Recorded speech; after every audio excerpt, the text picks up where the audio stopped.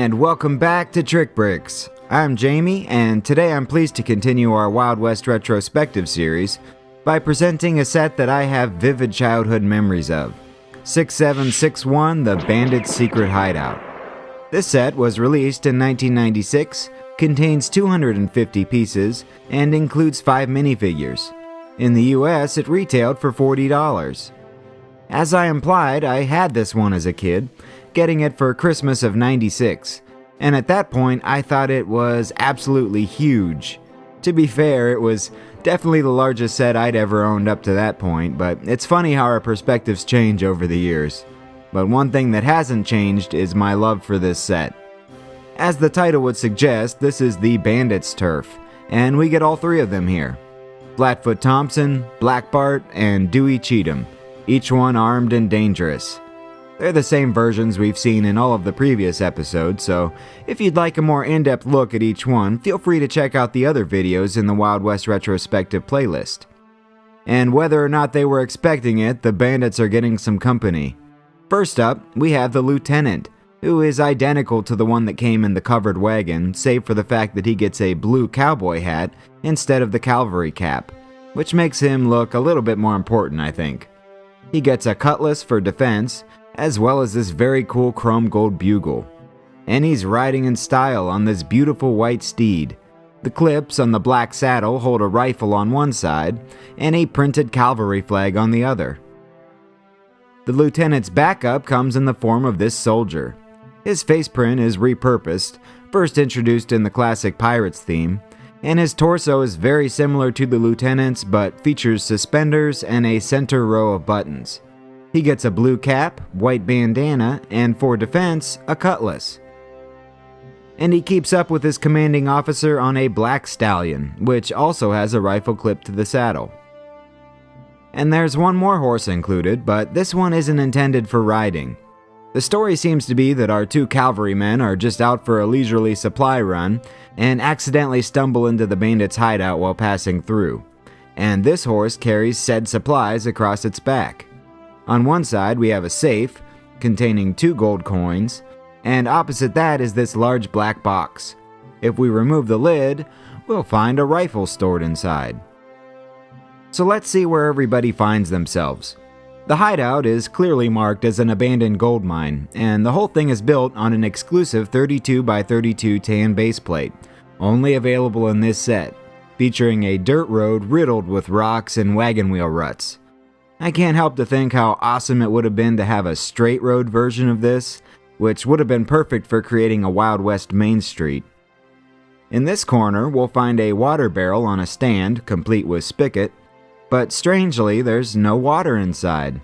Instead, we have a rifle and a pickaxe, and the whole barrel is designed to topple over onto unsuspecting trespassers. I'm not sure how smart it would be to throw weapons at someone you're trying to chase off, but this was probably Flatfoot Thompson's idea, and nobody ever said he was the brightest bulb in the chandelier. If we skip across to the other side, we'll find this rock formation comprised almost entirely of a single large element. The LEGO community affectionately refers to these as big ugly rock pieces, or burps for short, and this set uses them extensively. Love 'em or hate 'em, they do a good job of adding size while keeping the piece count down. There's a ladder here for climbing so the bandits can get to a better vantage point, and a few bits of foliage growing along the top.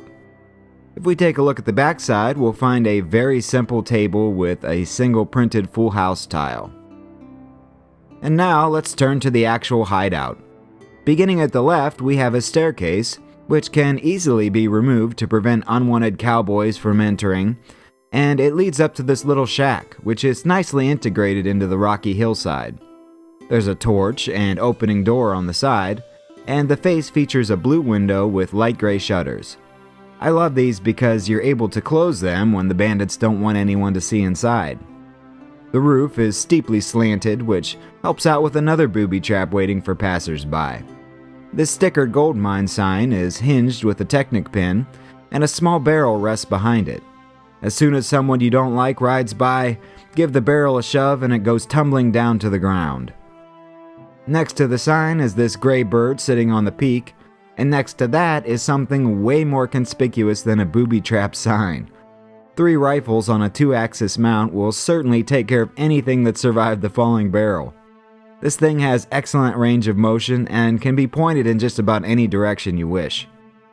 There's a bit of a platform behind it with another bush, and tons of room left over for posing multiple minifigs. Moving back down to the ground, we'll find this foreboding warning with cowboy skull and printed "Keep Out" sign.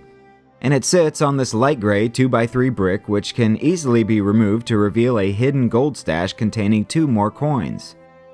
And then there's the entrance to the mine.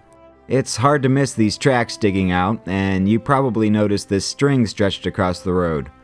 The idea is that as the cavalrymen pass by, one of the horses will activate this tripwire, which in turn drops the rails and outrolls Flatfoot Thompson with cannon blazing.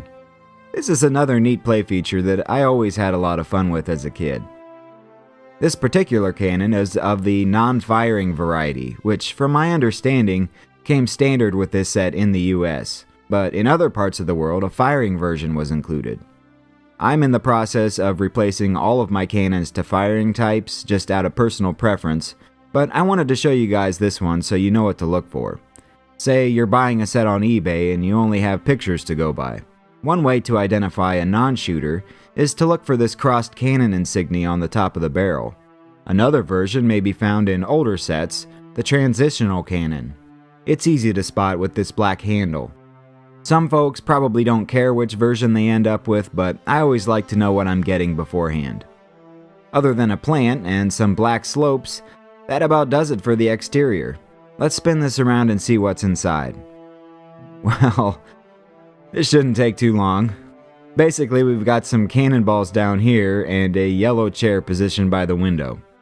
This set looks great from the outside, but it seems like the designer went on vacation when it came to the interior. Where's Flatfoot and the gang supposed to plan their next bank heist? Where do they stash their loot? This isn't gonna do at all. I don't often modify vintage sets to great extent, but give me a second here. There. That's a bit better. Let me stress that these were just spare parts I had laying around, but they're all period correct, so the designers could have done something like this if they'd wanted. And this only added about 30 or so parts. Now we have a bit more of a floor up here to pose minifigures, with some supply barrels for storing rifles and dynamite. I also added sort of a mezzanine over here with a torch and a safe pack full of stolen cash. And now there's a ladder for getting down to the floor of the mine. But this right here is what I felt was really lacking, a meeting place for the bandits. If they would have had something like this in the original set, I probably wouldn't have felt the need to add anything at all. There are 3 chairs here, one for each bandit, and the table is built on top of a barrel, so if you remove the top, you'll find a stash of gold coins. There's also a second torch for light, and another barrel, this time full of digging tools, just in case these guys want to give honest labor a try and do some gold mining. But that's not likely. In the end, this isn't really meant to be a knock on the set, even if, admittedly, it seems like half the set was omitted. But instead, I think this is just another demonstration of why LEGO is so great. If you want to change something, the possibilities are literally endless. So despite not coming from the box with much in the way of interior details, I still love this set. I'll admit that part of it's probably nostalgia, but I genuinely think this is a more than worthwhile build if you enjoy the Western theme. If you share my sentiments and would like to add the Bandit Secret Hideout to your collection, a used set is going to cost somewhere in the neighborhood of $60, with a brand new sealed copy ranging from $150 to $200. You definitely pay a premium for these older sets when they're sealed, which is why I usually pick them up secondhand. I got this one in a lot that included the sheriff's lockup for $60, so you can still find some pretty decent deals if you're patient.